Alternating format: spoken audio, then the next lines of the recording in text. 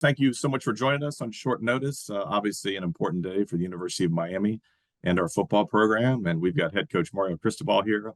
We'll start with an opening statement from Mario, and then we'll go into questions. Coach, the floor is yours.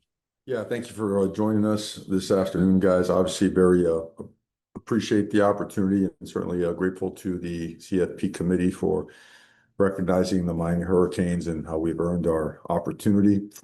And certainly, all systems go full throttle in preparation for this opportunity against an excellent Texas A&M team. So that being said, questions, please. Thanks, Coach. We'll start with Jordan McPherson. Jordan, go ahead.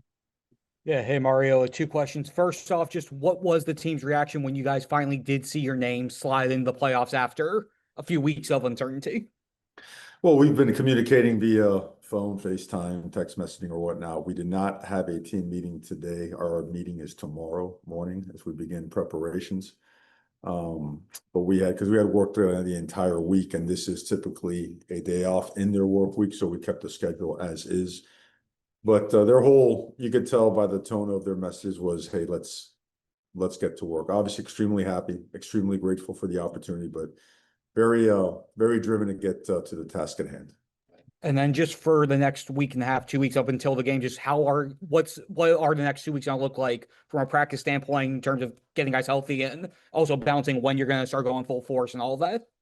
No, we'll begin normal preparations as you would 2 weeks out from, let's say, when you're in camp 2 weeks out, or when you're on a bye week 2 weeks out. So it doesn't change. You have the opportunity to put together 2 full game weeks without the game on the first week. So that saves you maybe some of the physical, things that you are exposed to. But all in all, from a preparation standpoint, you will be able to maximize the right number of practices. Next, we'll go to Tim Reynolds. Tim, go ahead. Thanks, Carter. Hi, Mario. How obviously you wanted to get in for all the obvious reasons, it goes without saying. The fact that kids like Carson, Akeem, some of the kids are going to look at going early in the draft, I'm sure. The fact that they get to end their college chapters on the field, how important just was that element to you? I mean, it's always the goal, right? I mean, when we first arrived here, that was always placed as, priority. So guys like that, like you mentioned, that have been here with us from the beginning, guys that joined us as of late too. So really for everybody, for our entire program, every coach, every administrator, anybody involved with the University of Miami, it's awesome. It's why you do it, to give yourselves a chance, an opportunity to play for a national championship. And then for us is making sure we focus on 1-0. So, but yeah, to those guys, it means everything to them. They got to jump on film nice and early within minutes of the announcement. So as you would expect, so just an awesome moment for them. Next, we'll go to Adam Lichtenstein. Adam, go ahead. Hi, Mario. First off, congrats. Second, my first question is, you mentioned guys coming back from injuries and stuff. Do you expect Keontae Scott to return for the playoffs? We're not sure. We're very hopeful. We know he's going to be back here in the near future, expected near future. I cannot say exactly, but we do feel like he's trending in the right direction. As it relates to everybody else, we feel really, really good about it. So that's the one guy that we're waiting on.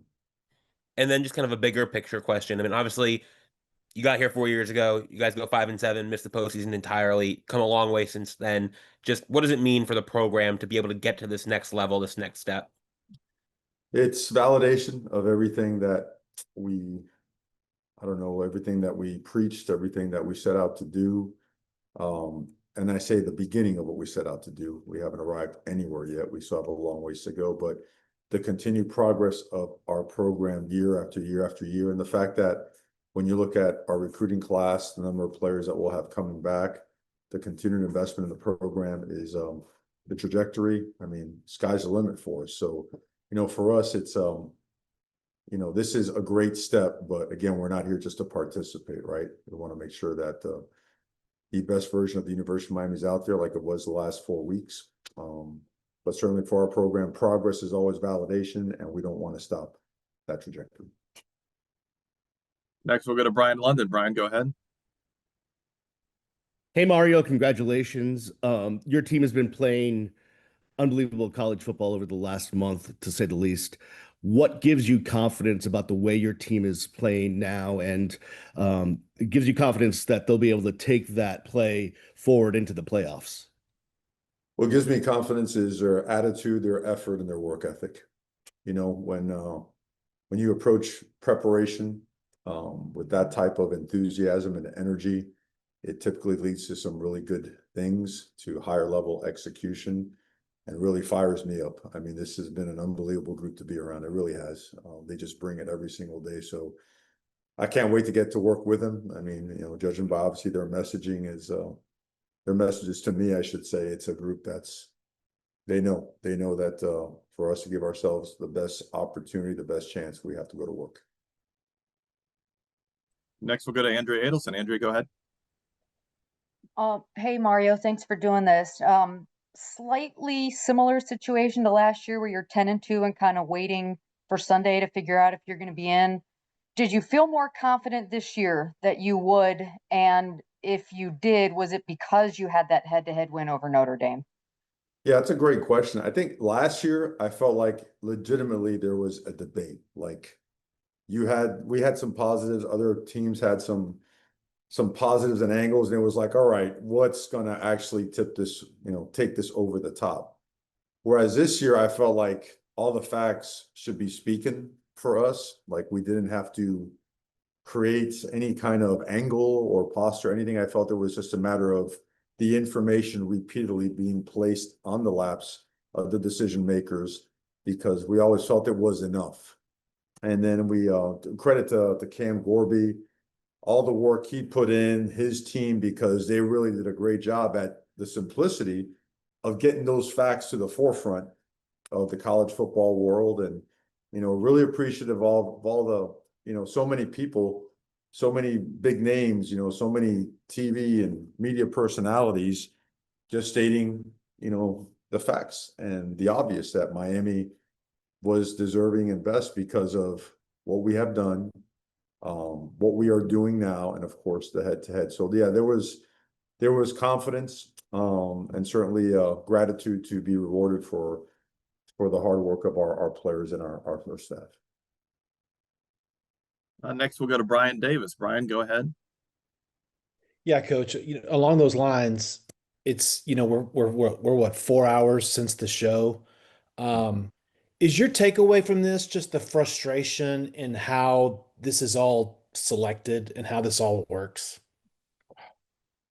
Well, I mean, Maybe that's putting it mildly. man, it's hard. It's a hard job. It's a tough industry, right? I mean, where else are so many variables, so influential in determining the outcome of a game that could send teams in a death spiral or propel others to, new heights. And you have human error, and you have officiating, and you have injuries and all that. So there's so much that goes into the game of football that when you also add, a committee to make decisions, it's just hard. It's hard on everybody. So there's a lot of stuff that has to be assessed, looked at, certainly remedied, and then there's a lot of positives as well. So I don't know how to answer your question. I know one thing: the passion behind college football is at an all-time high. And the part I'm most happy about in terms of the process is that we didn't compromise winning on the field, because with all the chaos in college football right now, all the uncertainty, college football has been hurled into a different galaxy, right? Coaches are taking jobs, but they have to fly back to be able to coach their teams for the current job. And with all this going on, I'm glad that we didn't punish the student athletes who actually laid it on the line on the field as it relates to the criteria to be considered someone in the field. And I'm glad that we didn't devalue winning. And real quick, just what jumps out at you first when you think of a Mike Elko team? Big, strong, fast, explosive. You have elite playmakers in all phases, from their quarterback, their wide receivers, their defensive fronts, most sacks in the country, as explosive as you can get with a Heisman quarterback. I think their trenches really stick out right away. I mean, again, just big and physical. I know their strength coaches really, really well. I know how they train. Those guys are built to go deep into November, December, January, and play at a high level. Just top to bottom, a team that just doesn't have weaknesses, and one that has been playing at a high level all year. Thank you. So, Next, we'll go to Alex Miller. Alex, go ahead. Hey, Mario, kind of going off of what Brian's first question, I'm sure you guys are grateful and excited to be in the playoff, but do you anticipate there's going to be ramifications with how everything played out? I mean, Notre Dame's just announced that they're withdrawing consideration for a bowl game this season.